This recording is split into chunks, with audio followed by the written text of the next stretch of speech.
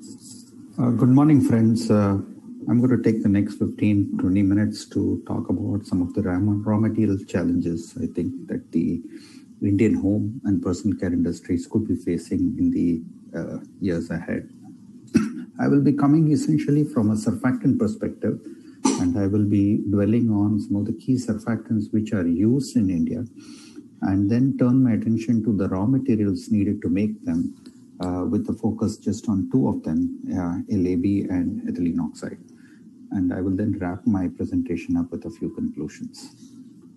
From a surfactants volume perspective, the Indian surfactant demand is estimated at about 1.25 million tons in 2018.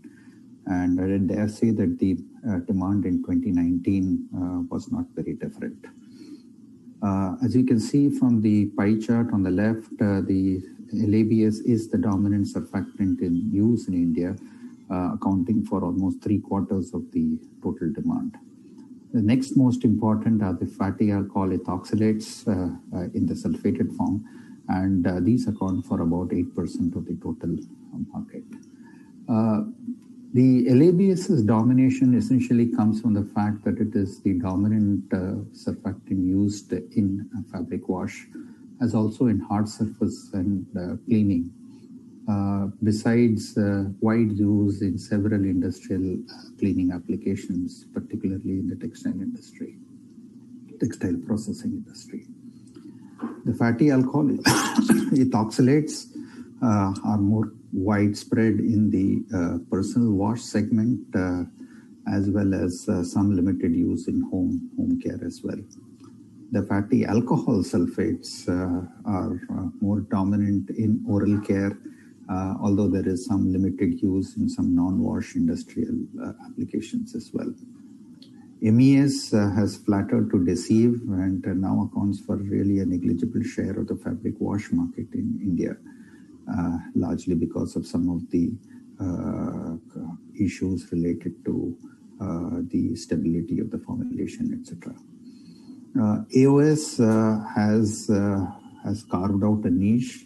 This varies year on year, but it does have some application in the home and personal wash, as well as some industrial applications as well. The point to note also is that there is a tendency now to use mixed surfactant systems in an Indian context, and combinations of LABS, AOS, and SLS have become fairly commonplace in the industry.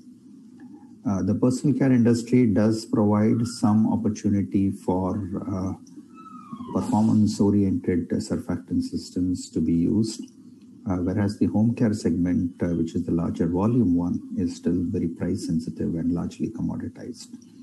The industrial segments offer some opportunities for differentiation by targeting some niche applications. So in terms of the manufacturing ability for the surfactant LABSA, I think India is adequately served at this point in time. In terms of the capacity to make about 90% LABSA, we have about 1.25 million tons of capacity installed in the country across several producers, whereas the higher concentrated 96% grade is produced by a handful of people, and about 250 KT of capacity exists.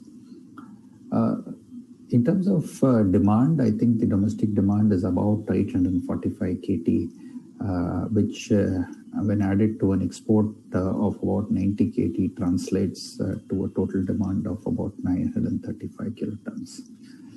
So by and large, there is enough capacity to meet the current demand plus the export demand. And that is adequate to even serve the industry for the next few years. The key drivers in this business of LABSA are really the price and the price stability that it offers, its wide availability in the country, the good detergency that it has, and its suitability, most importantly, for the powders and bars that dominate the Indian market.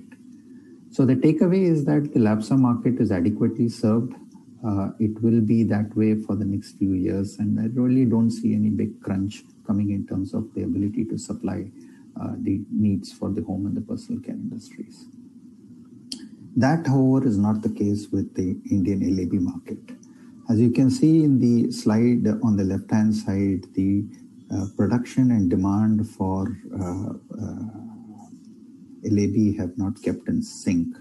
And more of the Indian market is now catered to by imports. Imports are largely coming in from the Middle East, which have the advantage of low-cost feedstock, which enables them to be very, very competitive even in the Indian market. The output from the 4 lab producers is inadequate to meet even the current requirements. So in going forward, this could get aggravated. For the simple reason that no new investments are forthcoming in the business. And if you talk to the producers, they attribute some of this reluctance to the high capital costs involved in setting up a new plant, including the high cost of technology, which is really offered by only 1 or 2 technology vendors. However, the positive development is that the diminishing market for kerosene as a fuel for domestic cooking in rural India is diminishing. More and more of rural India is using kerosene, is using LPG as a substitute for kerosene, driven by government initiatives to promote LPG usage. So this would mean that there could be capacity, there could be kerosene available for extracting paraffins at the refinery. And that is one positive in favor of investments in LAB plants in the near future. Globally also, the business is tightening. There are just 2 LAB plants which are under consideration at this point in time. And going forward, there could be crunch in terms of availability and possibly pricing. Constrained availability, however, could mean that there are better opportunities for some of the other actives, such as alpha olefins, fatty alcohol ethoxylates, etc.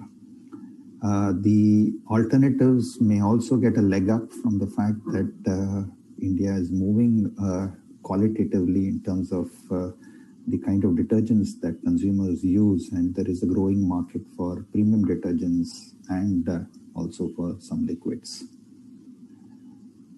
Let me turn to the ethoxylates, which are the largest user segment for ethylene oxide in India. These markets are growing at about 8 to 10%, and it is a given that this growth will continue. Perhaps with some blips. This growth is driven by usage of ethoxylates in home and personal care industry, also in a lot of textile industrial applications such as textiles, agrochemicals, coatings, etc., where they are also preferred as surfactant systems.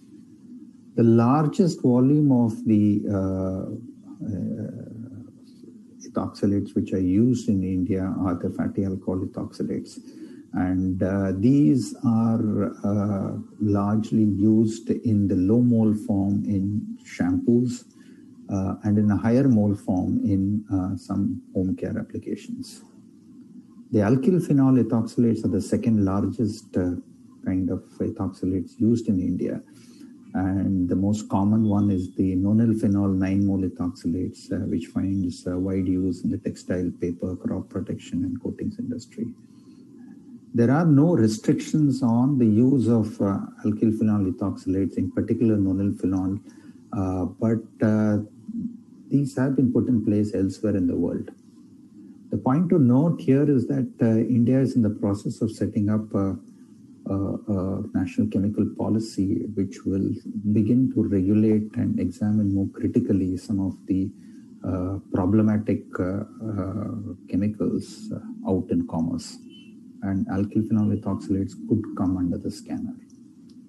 As of now, there is nothing. Castor oil ethoxylates are another relatively large volume surfactant which are used.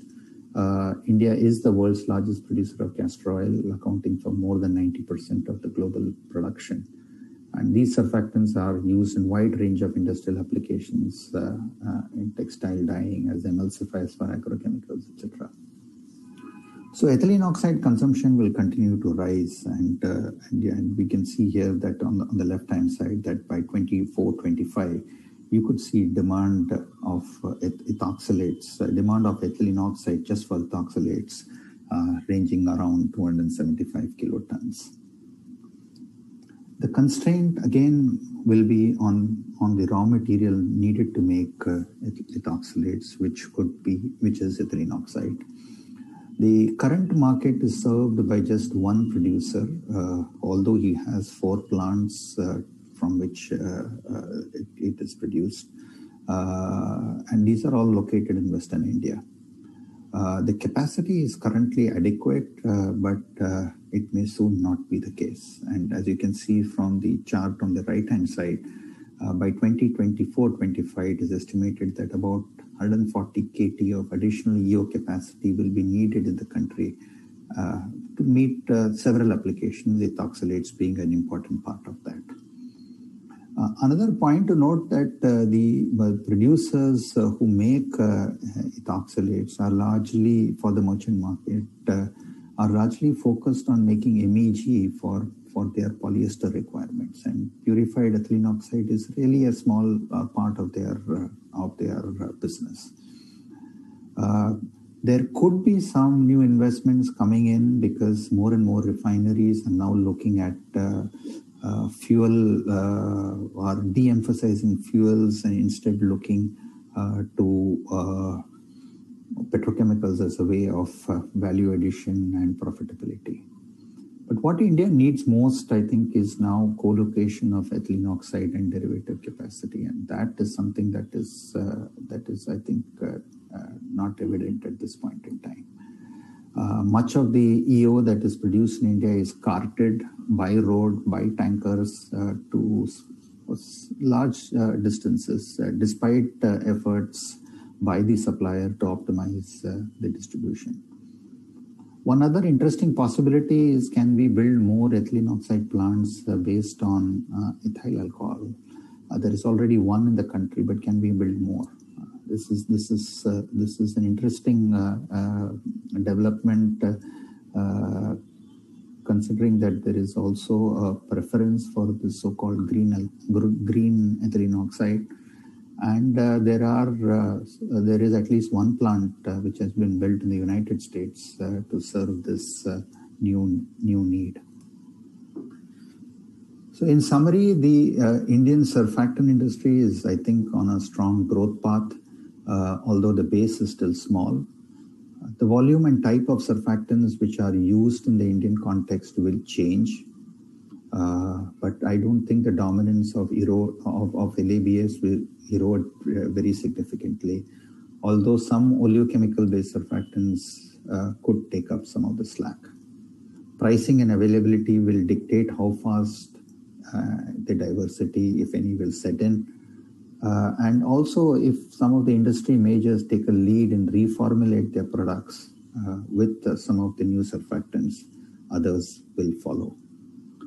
The personal care industry, I think, more than the home care industry, will provide some scope for innovation, and particularly for some of the greener surfactants, including the biosurfactants, which are now beginning to be made in India, but in small volumes, but targeting export markets.